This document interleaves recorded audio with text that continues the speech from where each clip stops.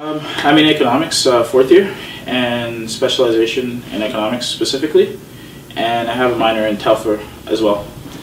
And in terms of next year, if I'm elected, I will be taking classes, hopefully history or a language class, possibly Italian or Portuguese, anything that's available.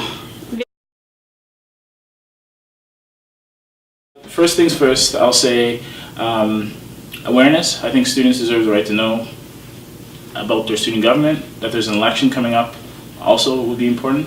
Accountability, that those people that are elected are keeping their promises and they're not saying things that aren't true. And third of all, engagement. I think students feel that they're not being reached out to, and I will promise that if I'm elected as president, that I will put a face to the presidency. Thank you.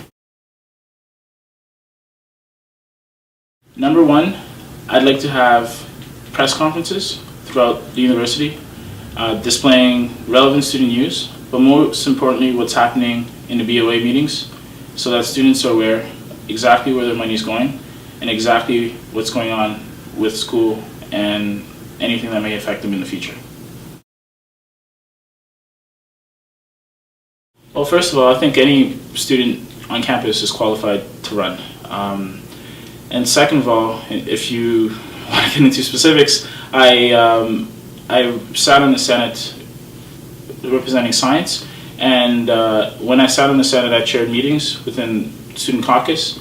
But most importantly, we passed motions in place that preserved bilingualism throughout campus, and also protected students' right to go out and protest, to lower tuition, and have the right to leave and be excused from classes. That's something we worked on while I was in the Senate. So I think I've always said I will put students first. First off, I would start by doing class presentations early on and getting people informed about what their student government is about. Because the fact of the matter is, when I'm going throughout campus, more than half of the time, everyone, it's mostly the first time they've ever heard there was a student government. And what's scary is that most of the time it's the first time they've heard that there was an election here at the school. Now I want to make sure to put a face, and I'll make sure to be in front of classes constantly from the beginning of the year all the way till the end. And I won't wait till election time to pop my head out of the office. I'm running with a slate, and we're called the Super Party Slate, and they're a great bunch of people, and most importantly, they're students just like you, and we're from all walks of life, we're from different faculties, so I think one strength that we do have is that we will be bringing in perspectives from all throughout campus, and hopefully you believe in our message in terms of educating students about their government, but most importantly trying to get them engaged and trying to change the status quo and change the school for the better. I think in this being a university and obviously a democratic process, there's always going to be disagreements, and you always want to choose the right ideas that are the best for students. So I'll always put students first, I'll always listen, and if I'm wrong, I'll admit I'm wrong, and I'll choose whatever is best for students. Like I said, also, if you look at our slate, we only have 5 executive members, meaning the VP University Affairs position isn't filled. We only have 2 BOA members, which means that even if we are entirely elected, I won't be working with an entire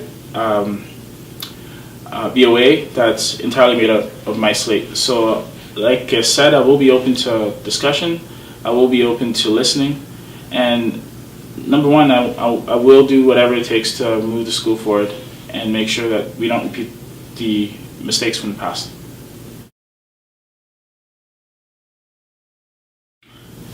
Honesty is a big thing, but also that fighting spirit to do what you said you were going to do when you were out campaigning, and having energy to take on the challenge and having also a sense of imagination would be good too, because I think students want new ideas, they want fresh ideas, and I hope that this selection process brings them to a broader scope of what's available for them. Thank you.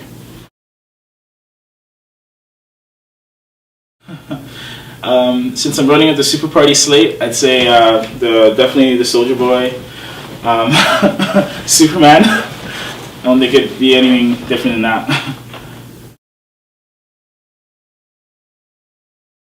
I like Tom Rees. Tom Rees is definitely one of my favorite authors. He wrote a book, 2 books actually, The Orientalist, and the second book that I read recently, Black Count, which is basically on Alexander Dumas.